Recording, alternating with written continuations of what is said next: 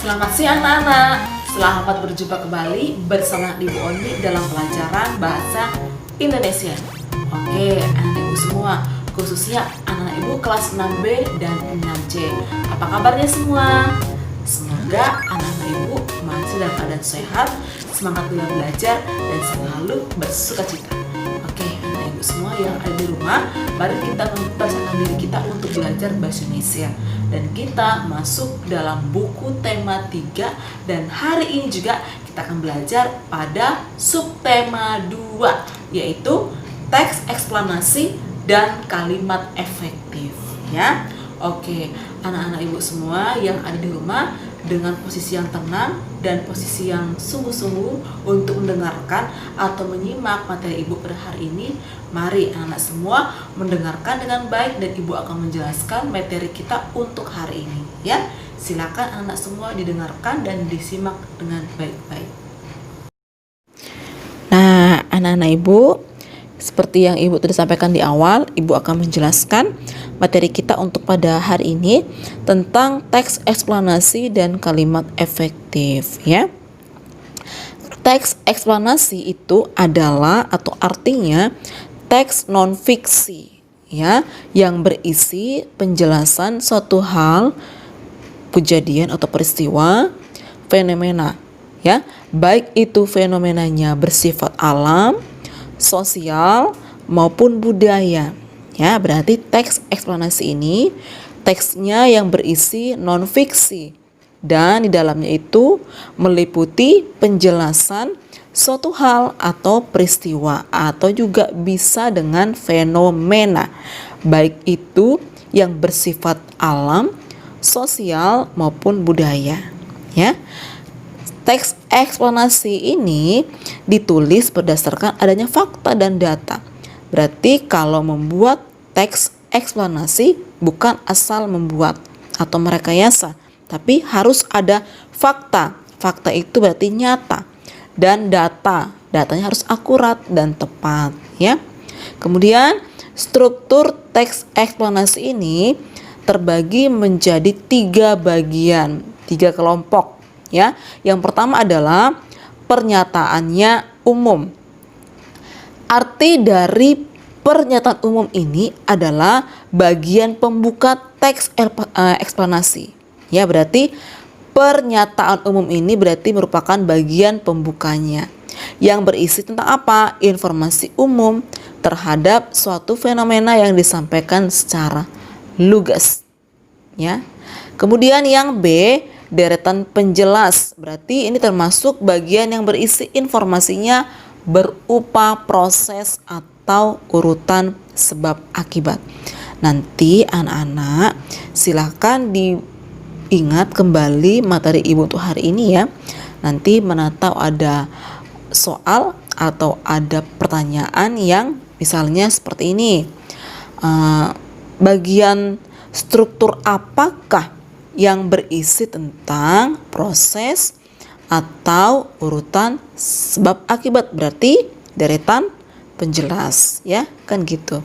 Kemudian yang ketiga atau yang C, struktur yang ketiga adalah interpretasi. Berarti ini kebalikan dari yang pernyataan umumnya. Nah, bagian ini merupakan bagian penutup atau disebut sebagai bagian kesimpulan. Di dalamnya berisi tentang tanggapan terhadap pernyataan atau hal-hal yang dijelaskan dalam teks, ya. Berarti struktur teksnya ini terbagi menjadi 3 bagian. Ada bagian pembuka atau disebut dengan pernyataan umum, bagian urutan atau proses berarti deretan penjelas, dan bagian penutup atau kesimpulan disebut dengan interpretasi, ya. Dalam teks eksplanasi kita dapat melihat keefektifan kalimat. Berarti kalimatnya bersifat efektif. Kalimat efektif dapat diartikan sebagai susunan kata yang mengikuti kalimatnya secara benar dan baik. Berarti penulisan kaidahnya dalam kalimat efektif itu secara baik dan benar, ya. Kalimat efektif memiliki struktur yang sistematis, benar sekali.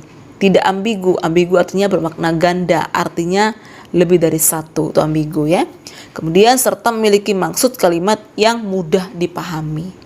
Jadi dalam membuat kalimat efektif itu strukturnya yang perlu diperhatikan adalah dia sistematis, tidak ambigu, dan mudah dipahami. Kemudian masuk yang ke berikutnya ya. Kita masuk ke contohnya dia. Contohnya ibu ambil ada 2 bagian contoh. Yang poin A atau pertama, ada kalimat seperti ini yang bunyinya ya. Anak dokter yang baik itu merupakan sepupu Risma. Perhatikan, didengarkan ya sekali lagi ibu bacakan.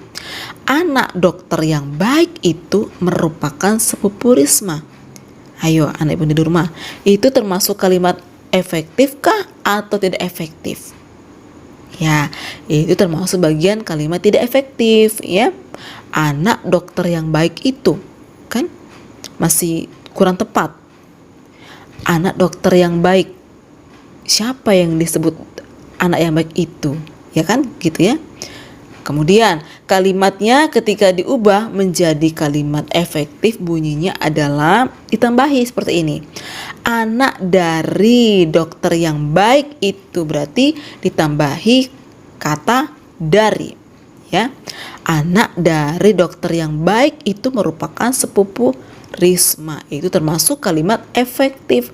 Ya karena tadi yang di awal itu kan termasuk tidak efektif ya. Anak dokter yang baik. Anak dokter yang baik.